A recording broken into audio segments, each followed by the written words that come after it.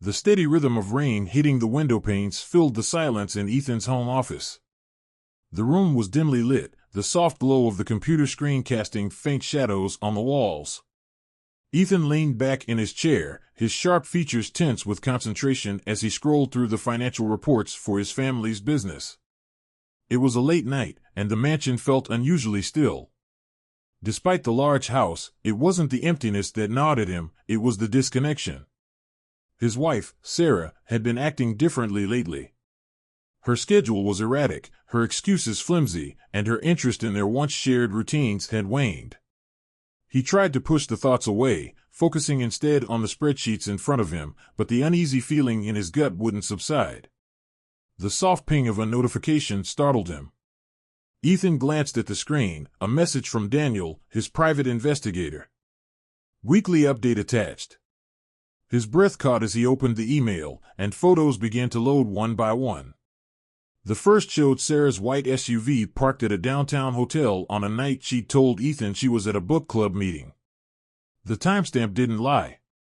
The second image was even harder to stomach, Sarah exiting the hotel hours later, her carefully styled hair slightly disheveled, her smile coy.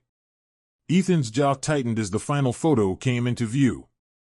A man, Mark, his business associate, emerged shortly after Sarah, adjusting his tie and looking around before heading to his car.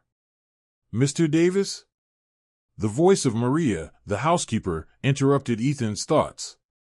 She stood in the doorway, her expression hesitant. "Mrs. Davis called. She said her meeting ran late and that she'll be home around midnight." Ethan glanced at his watch. 10:15 p.m. He forced a smile. "Thanks, Maria. You can head home for the night." After Maria left, Ethan leaned back in his chair, staring at the photos. His hand hovered over the mouse, the urge to call Sarah and confront her bubbling to the surface. But he stopped himself. Anger wasn't enough, it never was. If Sarah was lying, there was more to uncover. Ethan opened a leather-bound notebook, flipping to a section where he had documented suspicious changes in Sarah's behavior. Her new gym membership across town. Her sudden obsession with after-work networking events. The receipts from restaurants he'd never heard her mention before. With meticulous precision, he added tonight's lie to the list. This wasn't just about betrayal, it was about strategy. And Ethan was always 10 steps ahead. The following morning, Ethan sat at the breakfast table, sipping his black coffee and scrolling through his phone. Across from him, Sarah breezed into the room, her cheerful demeanor carefully curated, as if she didn't sense the storm brewing beneath his calm exterior. "Morning," she said, planting a quick kiss on his cheek before grabbing a piece of toast. "I'm running late." "Big day at the office." Ethan glanced up from his phone, his expression neutral. "Another late meeting tonight?" Sarah hesitated, just for a split second, but it was enough for Ethan to catch. "Yeah," she said quickly, turning her attention to the toaster. "It's budget season. You know how it is." Ethan nodded, masking the irritation bubbling inside him. "Of course. Work's important." Her smile didn't quite reach her eyes as she grabbed her coffee and headed out the door. Ethan watched her leave, his mind racing. Later that day, Ethan called Daniel. "Find out everything you can about her so-called meetings," Ethan instructed, his voice firm. "I want dates, times, who she's meeting, and where. And dig deeper into Mark. Something's off about him." "Yes, sir," Daniel replied. "I'll prioritize this." Ethan hung up, his jaw tightening. For years, he had prided himself on being a man who could solve problems, whether in business or at home. But this was different. The lies, the secrecy, it felt like quicksand pulling him deeper with every step. That evening, Ethan found himself staring at his reflection in the massive window of his home office.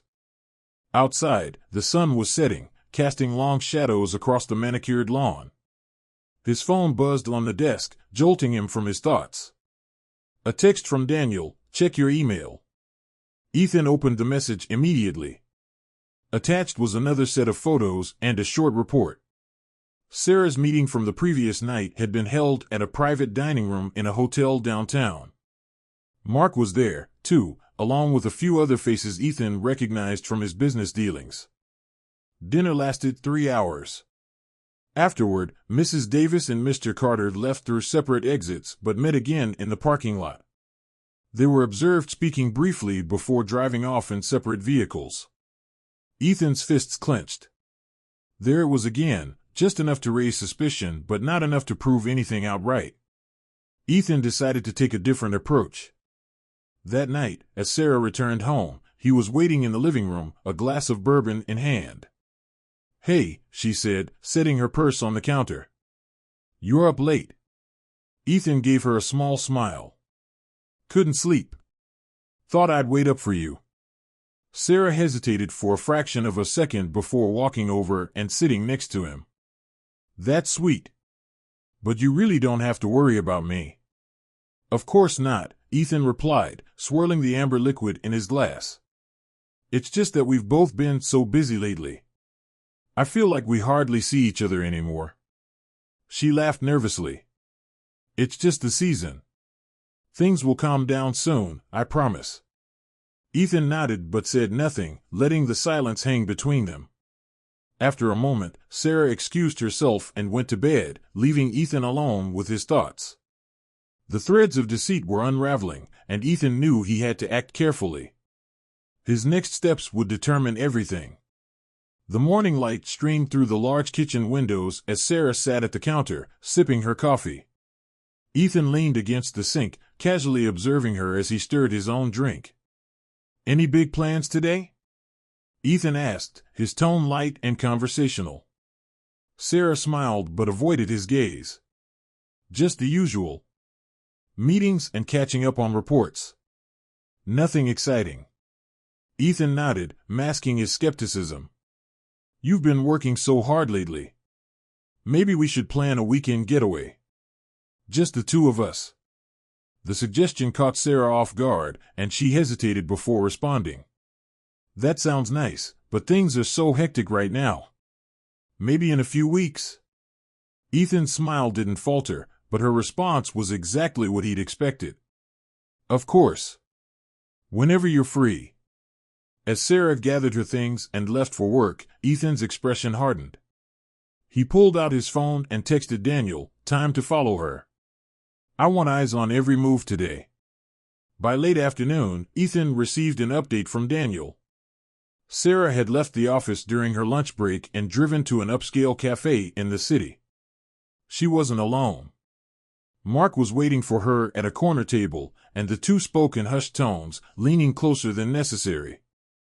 Daniel's text came through with a picture attached. "They seem comfortable." Ethan stared at the image, his grip tightening around the phone. Mark's familiar smirk and Sarah's easy smile confirmed what he had been dreading. They weren't just business associates. That evening, Ethan decided to push the conversation further. As Sarah returned home, he greeted her with a glass of wine and an affectionate smile.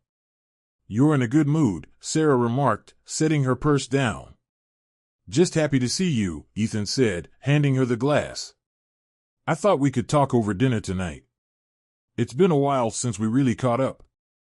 Sarah hesitated but agreed. During the meal, Ethan steered the conversation toward her day. "So, how were the meetings?" he asked casually, his tone devoid of accusation. "They went well," she replied, not missing a beat. "Nothing too eventful, though." "Good to hear," Ethan said, taking a sip of his wine. "I've been thinking about work lately. You've been spending a lot of time with Mark, haven't you?" The fork in Sarah's hand froze midair. She quickly recovered, forcing a laugh. "Mark? Not really. He's just part of the team." Ethan tilted his head, his gaze steady. "Funny. I ran into someone who mentioned seeing you two at that cafe downtown today. Looked like a private meeting." Sarah's smile faltered, and her eyes darted to the side. "Oh, that. It was nothing, really. We were just discussing a proposal for a client. You know how it is." Ethan nodded slowly, letting her explanation hang in the air. He didn't press further, deciding to let her sit with her own discomfort. Of course. Just curious. Later that night, Ethan lay awake in bed, his mind racing. Sarah's unease was palpable, but it wasn't enough. He needed something concrete, something she couldn't deny. The game was far from over, and Ethan was determined to play it to the end. Ethan sat in his office the next day, staring out the window as rain streaked the glass. His thoughts were a tangle of anger, suspicion, and determination. The evidence so far had painted a damning picture, but it wasn't enough. He needed more. His phone buzzed on the desk. It was Daniel. "Ethan," Daniel began, his tone cautious, "I've got something you might want to see. It's pretty telling." Ethan's pulse quickened. "What is it?" "I followed Sarah after her office hours," Daniel explained. "She met Mark at a private club downtown. They were in a secluded booth, talking closely for over an hour. Afterward, they left together. I trailed them to a boutique hotel on Fifth Avenue." Ethan's stomach dropped, but he forced his voice to remain steady. "And then?" "They checked in under separate names," Daniel continued. "But I watched them both head up to the same room." A wave of cold anger washed over Ethan.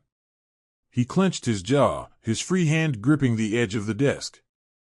"Send me everything," he said. That evening, Sarah returned home later than usual. She walked through the door with her usual cheerful greeting, but Ethan's icy demeanor immediately put her on edge. "Hey," she said, pausing as she noticed him standing in the living room, his arms crossed. "Is everything okay?" Ethan studied her for a moment before replying. "We need to talk, Sarah." She blinked, her smile faltering. "Sure. About what?"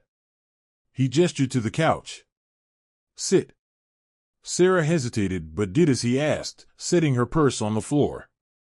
Ethan remained standing, his piercing gaze never leaving her. "I know," he said simply. Sarah's confusion gave way to panic. "Know what?" Ethan took a deep breath, his voice calm but laced with steel. "I know about the lunches, the private meetings, the hotel. You've been lying to me, Sarah. And I've had enough."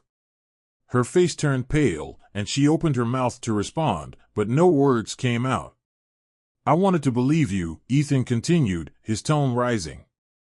"I gave you every opportunity to come clean, to tell me the truth. But you didn't. So I found it myself." Tears welled in Sarah's eyes, and she shook her head. "Ethan, it's not what you think." "Don't," he interrupted, his voice sharp. "Don't insult me by denying it. I've seen the photos. I know about Mark." Sarah's tears spilled over, and she buried her face in her hands. "I didn't mean for it to happen," she sobbed. It just did." Ethan's jaw tightened, his emotions warring between anger and heartbreak. "How long?" he asked after a moment. "Ethan." "How long, Sarah?" he demanded, his voice cracking. She hesitated, then whispered, "A few months." The admission hit Ethan like a punch to the gut. He turned away, pacing the room as he tried to process her words. "Why?" he asked finally, his voice heavy with pain. "Why would you do this?" "I don't know," Sarah said, her voice trembling. "I wasn't thinking. Things just felt different between us. We were so busy, so distant. And Mark, he was there." Ethan shook his head, his hands balled into fists. "That's your excuse? You felt distant, so you decided to destroy everything we built?" "It wasn't like that," Sarah pleaded. "I never stopped loving you, Ethan. I just made a mistake. A terrible mistake." Ethan stared at her, his expression unreadable. "A mistake is forgetting to pick up milk, Sarah. What you did was a choice, a deliberate betrayal. And I don't know if I can forgive it." That night, Ethan slept in the guest room. The rift between them felt insurmountable, and the path forward was unclear. For Ethan, trust was the foundation of everything. And now, that foundation had been shattered. The next morning, the house was eerily quiet. Ethan had spent a restless night in the guest room, his thoughts a storm of anger and grief. When he finally stepped into the kitchen, Sarah was already there, her hands wrapped around a mug of coffee. She looked up as he entered, her eyes red and puffy. "Ethan," she began, her voice barely above a whisper. "Can we talk?" He didn't respond immediately, pouring himself a cup of coffee and leaning against the counter. The weight of her betrayal hung heavily in the air, thick and suffocating. "Talk," he said finally, his tone cold and distant. Sarah took a deep breath. "I know I've hurt you. I can't change what I've done, but I need you to understand that it wasn't because of you. This was my mistake, my weakness." Ethan let out a bitter laugh, shaking his head. "Not because of me? So I'm just supposed to ignore the fact that you've been lying to my face for months? That you've been sneaking around with someone I trusted?" Her lip quivered, but she didn't look away. "I know I broke your trust, Ethan. And I'll do whatever it takes to fix it. Please, don't give up on us." Ethan's grip tightened around his coffee mug, his knuckles turning white. "You don't get it, do you?" he said, his voice rising. "This isn't just about fixing things. You've shattered everything we had. Every time I look at you now, all I can think about is the lies, the betrayal. How am I supposed to come back from that?" Tears streamed down Sarah's face, and she stood, crossing the room toward him. "Because I love you," she said, reaching for his hand. "Because I know I made the biggest mistake of my life, and I don't want to lose you." Ethan pulled his hand away, his expression hard. "Love? Is that what you call it? Was it love when you met him at hotels? When you lied to my face every night?" Sarah flinched as if he'd struck her, and for a moment, the silence was deafening. "I need space," Ethan said finally, his voice quieter now but no less firm. "I can't even think straight right now." Ethan spent the rest of the day out of the house, driving aimlessly through the city as he tried to process everything. Memories of their life together played like a cruel slideshow in his mind, their wedding day, the vacations, the late nights spent laughing over shared jokes. How had it come to this? By evening, he found himself parked outside a small bar. He hadn't planned to stop, but the idea of drowning his thoughts in a drink was too tempting to resist. As he sipped his bourbon, Ethan's phone buzzed. It was a message from Daniel.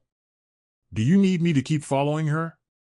Ethan stared at the screen, his emotions a whirlwind. He wanted to say yes, to uncover every detail of Sarah's deceit. But at the same time, he wasn't sure if he could handle knowing more. After a long moment, he replied, "Not for now."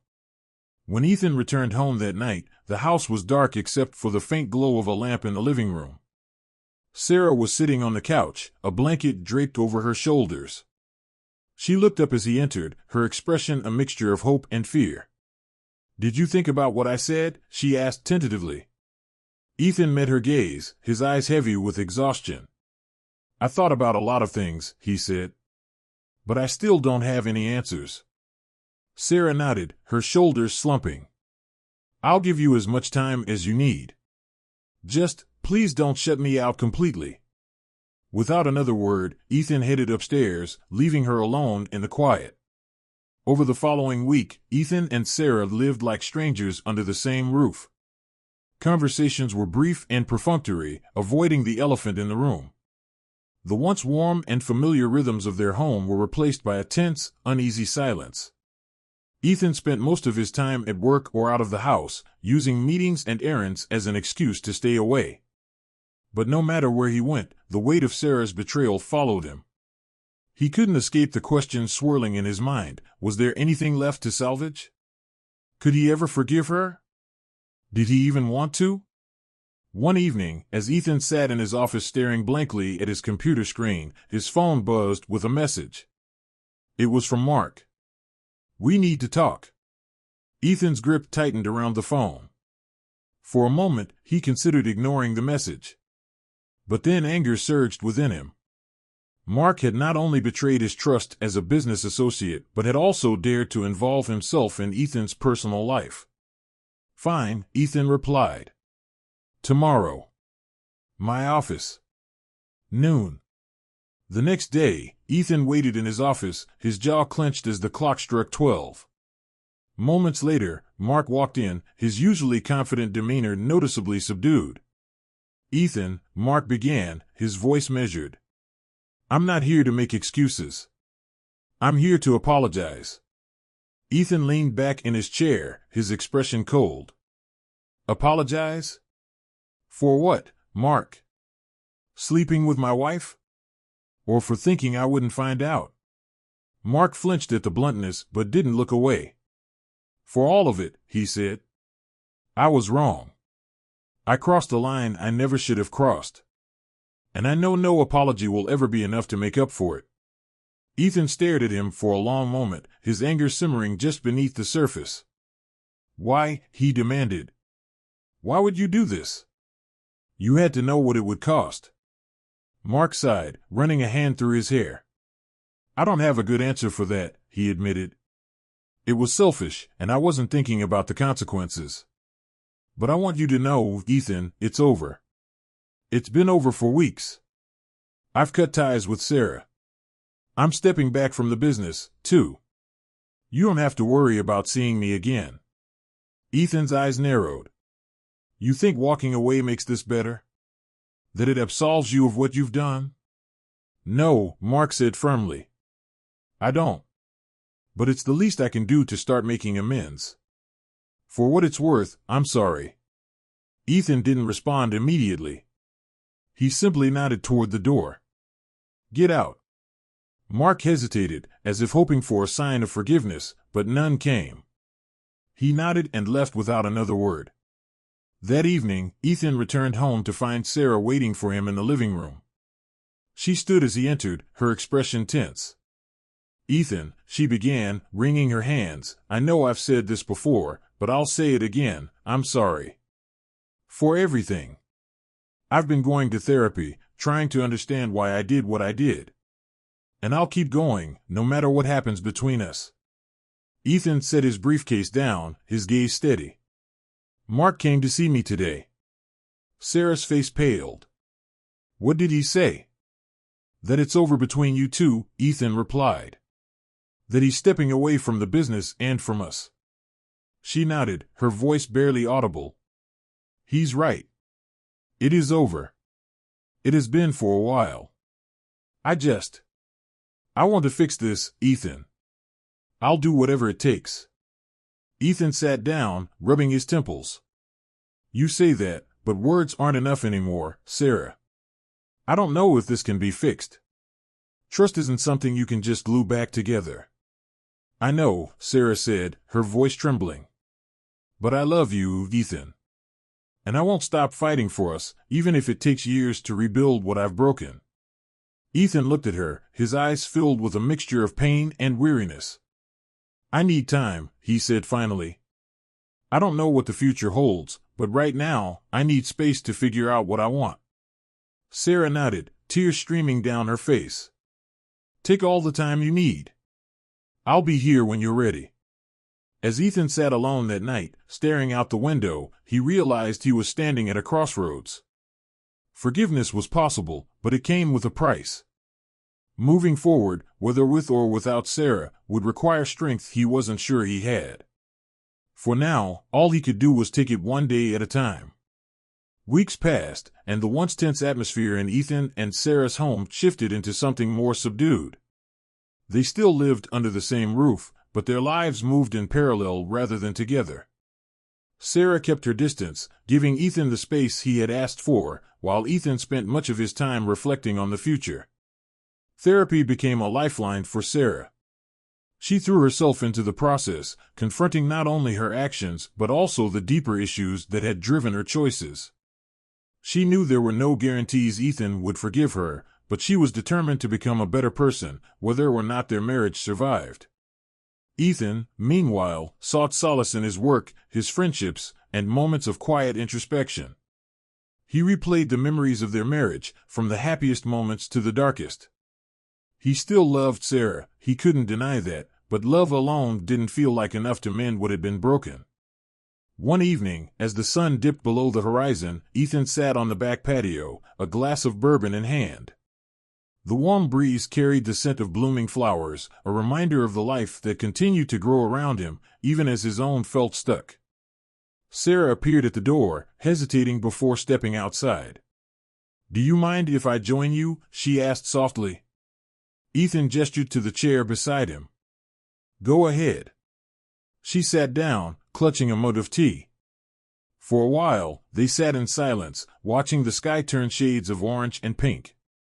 "I've been thinking," Sarah said finally, her voice steady despite the weight of her words.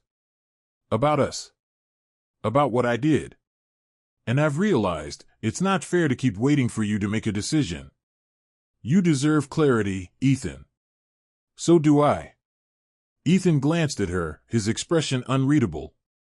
"And what do you want, Sarah?" She took a deep breath. "I want us to work. I want to earn back your trust, no matter how long it takes. But I also know that forgiveness can't be forced. If you don't see a future for us, I'll accept that. All I want is for you to be happy, even if it's not with me." Ethan looked back at the horizon, her words sinking in. He appreciated her honesty, but it didn't make the decision any easier. "I don't know if I'll ever trust you the way I did before," he said finally, his voice tinged with sadness. "But I also know that I don't want to live with bitterness. You hurt me, Sarah, but I can't live my life defined by that hurt." "So what does that mean?" she asked, her voice barely above a whisper. Ethan turned to face her, his gaze steady. "It means I'm letting go of the anger. But I think we need time apart to figure out who we are, separately. Maybe that time will bring us back together, or maybe it won't. But we can't keep living in this limbo."